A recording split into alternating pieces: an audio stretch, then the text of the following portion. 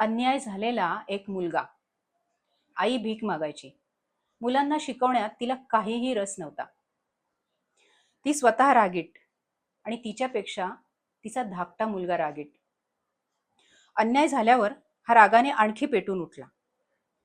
तुम्हा सर्वांच्या मदतीने ह्याला चांगल्या रस्त्यावर आणले.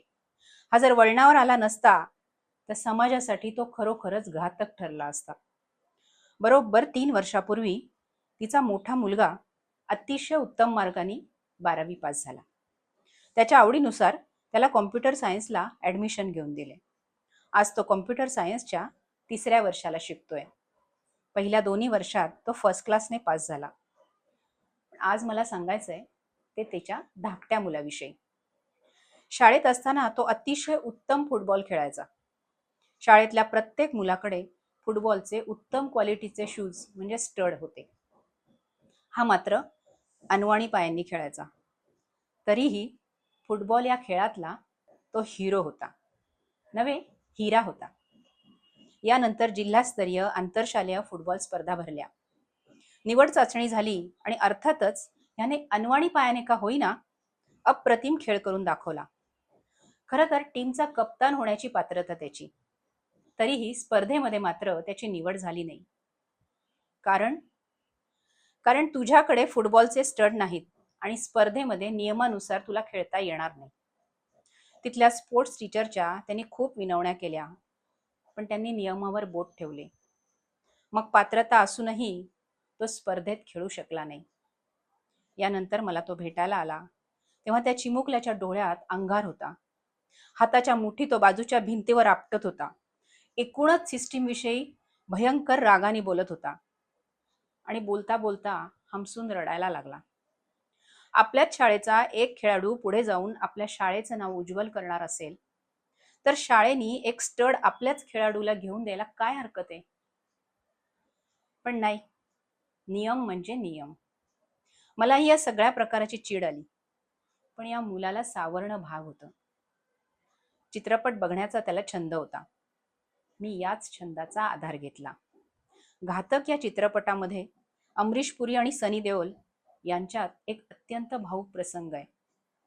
त्यात बाप आपल्या मुलाला सांगतो, अपने क्रोध को पालना सीखो काशी, इसे जाया मत करो. आपल्याला आलेला राग आदळआपट करून त्यावेळी वाया जाऊ द्यायचा नाही.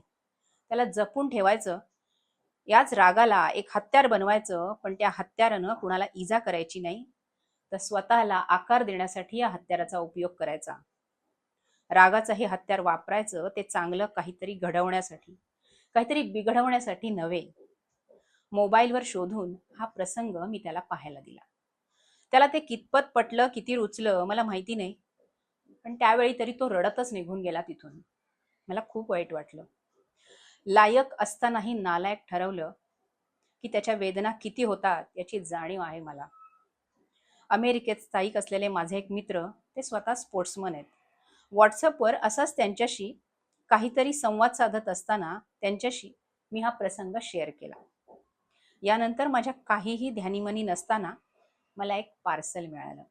त्यात अतिशय उत्तम क्वालिटीचे स्टड होते. बिलावरची किंमत डॉलरमध्ये होती. भारतीय रुपयानुसार त्याची किंमत साधारण 35,000 रुपये इतकी असावी. मी भारावून गेलो. दुसऱ्याची वेदना कळली की मगच संवेदना जन्माला येते. दुसऱ्याची वेदना आपण जगायला सुरुवात करतो त्यावेळी ती समवेदना होते. अमेरिकेत बसून एका चिमुकल्याची वेदना तिकडे ते जगत होते आणि अमेरिकेतल्या त्या स्नेहांना मी मनोमन नमस्कार केला. त्यानंतर त्या मुलाला बोलवून त्याच्या हातात स्टड दिले. स्टड पाहून त्याचे डोळे चमकले. त्याच्या डोळ्यात मग एकाच वेळी मला चंद्र आणि सूर्य शेजारी असलेले भासले. संपूर्ण शाळेत आता त्याच्या इतके भारी स्टड कोणाकडेही नव्हते. अर्थातच पुढे या मुलाची निवड झाली. गुणवत्तेपेक्षा इतर बाबींवर फोकस केल्यामुळे त्याची निवड व्हायला वेळ लागला, पण हरकत नाही. देर सही दुरुस्त सही. या एका पायताणानं मात्र त्याला कुठल्या कुठं पोचवलं. फक्त जिल्हास्तरीय नव्हे तर राज्यस्तरीय पातळीवरही फुटबॉलमध्ये हा चमकू लागला. मला याचा अभिमान होता. योग्य वेळी योग्य मुलावर समाजाच्या माध्यमातून आपण याला मदत करू शकलो याचा आत्मिक आनंद होता. यानंतर 10वी उत्तम मार्काने पास करून त्याला 11वीत ॲडमिशन घेऊन दिलं. पुढे हा 12वीत गेला. अभ्यासाबरोबर फुटबॉलची घोडदौड सुरू होतीच. 8 जून 2024 वार शनिवार. एका मारुती मंदिराच्या बाहेर भिक्षेकऱ्यांना मी तपासत असताना अचानक कोणीतरी पाठीमागून आलं आणि माझ्या तोंडात पेढा भरवला. मी वळून पाहिलं तर हा मुलगा होता आणि सोबत त्याची आई म्हणजे आमची ताई. ती एका पायावर उभी होती, पण हातात कुबडी नव्हती. तिचा हात तिच्या मुलाच्या खांद्यावर होता. त्याच्या आधाराने ती उभी होती. जणू मुलगाच तिचा दुसरा पाय झाला होता. हा प्रसंग मी नजरेने टिपला आणि मनात जपून ठेवला. तोंडात पेढा असल्यामुळे मुलाला मी खुणेनच विचारलं, पेढे कसले? तो अत्यंत आनंदाने बोलला, सर मी 12वी पास झालो, 67% मार्क मिळाले. मी झटक्यात उठून उभा राहिलो आणि माझ्या त्या पोराला मिठी मारली. सगळा भूतकाळ मला चित्रपटातल्या प्रसंगाप्रमाणे आठवला. माझे अश्रू त्याच्या खांद्यावर आणि त्याचे अश्रू माझ्या खांद्यावर, आणि तिकडे ती माऊली पदराने डोळे पुसत होती. एका मिठीने काय जादू केली. आनंदाचा हा भर उसरल्यावर मी त्याला म्हणालो, चला आता पुढे काय करायचं? तो मला म्हणाला, सर आता मला भारती विद्यापीठमध्ये BPES ला ॲडमिशन घ्यायचंय. आता BPES म्हणजे नेमकं काय हे मला कळलं नाही, पण माझी कामं खोळंबली होती. मी गडबडीत त्याला म्हणालो, ठीक आहे, तुला जे काही करायचंय त्याबद्दल मला एक अर्ज लिहून दे, तोपर्यंत मी माझी कामं उरकून घेतो. माझी कामं होईपर्यंत तो अर्ज घेऊनही आला. अर्ज पाहून मी चमकलो. अर्ज अस्खलित इंग्लिशमध्ये होता. My dear doctor Sonawane sir, Soham trust Pune, अशी सुरुवात होती. इंग्लिशमध्येच त्यांनी पहिल्या पॅरेग्राफमध्ये स्वतःची परिस्थिती, शिकण्याची इच्छा वगैरे याविषयी लिहिलं होतं. दुसऱ्या पॅरेग्राफमध्ये त्यांनी लिहिलं होतं, I wish to continue my further education with your kind support. I want to take admission for the BPES course, bachelor of physical education and sports. My ultimate goal is to become a sports teacher. I'll apply all my abilities to uplift poor children to make them good sportsmen. And पुढचं मी वाचू नाही शकलो कारण डोळ्यातल्या पाण्याने अक्षर धुसर केली होती. एकतर अर्ज इंग्लिशमध्ये, तोही इतका मुद्देसूद. 12वी काठावर पास झालेला मला आठवलो, तेव्हा आपल्याला इतकी अक्कल होती? हे पोरग खरंच मोठं झालं होतं किंवा परिस्थितीने मोठं केलं होतं त्याला. सर्वात महत्वाचा मुद्दा हा की त्याला स्पोर्ट्स टीचर व्हायचं होतं.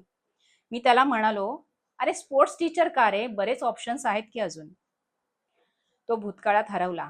इतका वेळ उभा असलेला तो आता माझ्या शेजारी बसला आणि डोळ्यातलं पाणी लपवत तो म्हणाला, सर तुम्हाला आठवतंय का, काही वर्षांपूर्वी घातक पिक्चर मधला प्रसंग तुम्ही मला मोबाईलवर दाखवला होता.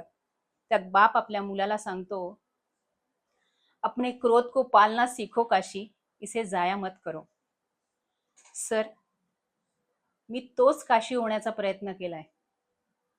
म्हणजे मला कळलं नाही. मी अवाक होऊन त्याच्याकडे पाहत राहिलो.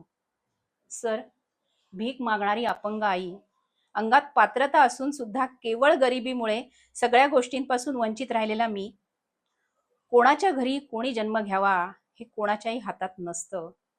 केवळ भीक मागणाऱ्या कुटुंबामध्ये माझा जन्म झाला आणि यामुळे कायम वाट्याला आलेली अवहेलना, या सगळ्या बाबींमुळे मला भयंकर राग यायचा. राग कसा व्यक्त करायचा हे मात्र कळायचं नाही. वाटायचं जगात जे जे काही चांगलं आहे ते मला कधीच मिळालं नाही आणि मला नाही तर कोणालाच नाही, आणि म्हणून या सगळ्या गोष्टी तोडून फोडून टाकाव्यात असं मला खूप वेळा मनात यायचं. पण त्यावेळी तुम्ही जे मला सांगितलं, आपल्याला आलेला राग आदळआपट करून वाया जाऊ द्यायचा नाही, त्याला जपून ठेवायचा. पण या हत्यारानं कुणाला इजा करायची नाही, तर स्वतःला आकार देण्यासाठी या हत्याराचा वापर करायचा. रागाचं हे हत्यार वापरायचं ते चांगलं घडवण्यासाठी, काही बिघडवण्यासाठी नव्हे. या वाक्यांनी मला मार्ग मिळाला आणि मी काशी होण्याचा प्रयत्न करू लागलो. म्हणजे मी त्यावेळी जे बोललो ते तुला कळलं होतं? मी हुंदका आवरत बोललो. त्यावेळी तुम्ही जे बोलला होता ना सर, ते फक्त ऐकायला आलं होतं मला, पण त्याचा अर्थ कळायला पुढे काही दिवस गेले. जेव्हा अर्थ समजला त्यावेळी जगण्याची सगळी कोडी सुटत गेली. मी त्याचा हात घट्ट पकडला. आज माझे शब्द मुके झाले होते, कारण हुंदक्यांनाच आज बोलायचं होतं. तुम्ही म्हणालात ना सर, स्पोर्ट्स टीचर का व्हायचंय? खूप ऑप्शन्स आहेत.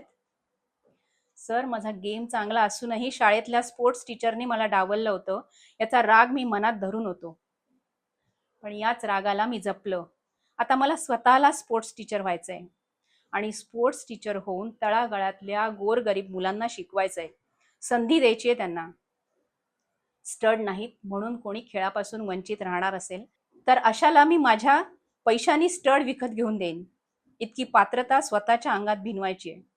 आणि हो, परिस्थितीच्या विळख्यात अडकून चुकीच्या मार्गाने राग व्यक्त करणाऱ्या मुलांना घातक होण्यापासून वाचवायचंय. भविष्यात मला स्पोर्ट्स अकॅडमी उघडायची आहे. परिस्थिती वाट चुकायला लावते. अशा वाट चुकलेल्यांना माझ्या अकॅडमीमधून फक्त खेळ नाही तर आयुष्यात खिलाडू वृत्ती शिकवायची आहे. आम्ही दोघं सुद्धा रस्त्यावर बसलो होतो. आता तो उठत निघू का सर म्हणाला. बसूनच त्याच्या हळूहळू उभ्या राहणाऱ्या मूर्तीकडे मी पाहू लागलो.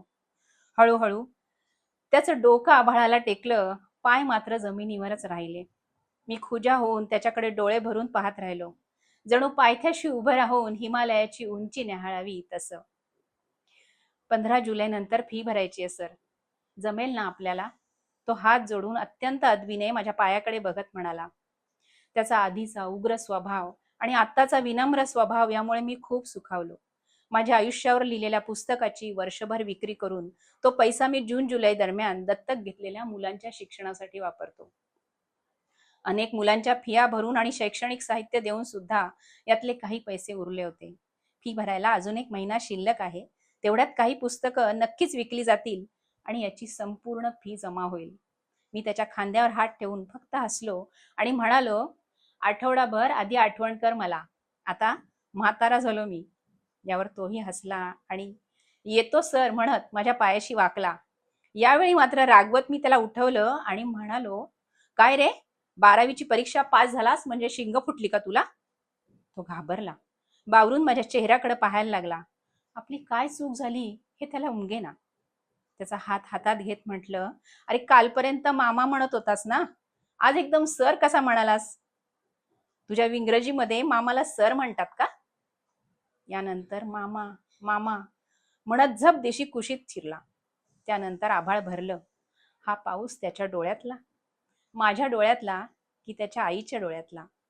ते मायलेक निघाले. मी त्यांच्या पाठमोऱ्या आकृत्या पाहत होतो. त्यांनी आईचा हात हाती घेतला. आईने मुलाच्या खांद्यावर हात ठेवला होता आणि आईला आधार देत तो पुढे निघाला होता. भविष्यातल्या पिढीला मार्ग दाखवण्यासाठी, घातक बनण्यापासून रोखण्यासाठी. त्यावेळी रस्त्यातून डौलदार चालीने चाललेला मला तो दीपस्तंभ वाटला. या दीपस्तंभाला मी सॅल्यूट केला आणि त्याच वेळी आकाशातून विजांचा चमचमाट झाला, कडकडाट झाला. निसर्गाने आत्ताच तर त्याच्यासाठी टाळ्या वाजवल्या असतील ना. मी आभाळाकडे पाहिलं आणि वेडा पाऊस पुन्हा सुरू झाला, आभाळातही आणि माझ्या डोळ्यातही. श्रोते हो, हा लेख लिहिला होता डॉक्टर्स फॉर बेगर्स म्हणून ओळखले जाणारे डॉक्टर अभिजित सोनावणे यांचा. पुण्यातली सोहम ट्रस्ट पुणे ही संस्था डॉक्टर अभिजित सोनावणे आणि डॉक्टर मनीषा सोनावणे अविरतपणे चालवत आहेत भिक्षेकऱ्यांना मोफत आरोग्य सेवा देण्यासाठी. असे छान छान लेख ऐकण्यासाठी आपल्या ऐकाल तरी वाचाल या चॅनलला नक्की लाईक करा, शेअर करा आणि सबस्क्राईब करा. पुन्हा लवकरच भेटूया अशीच एक छान कथा घेऊन.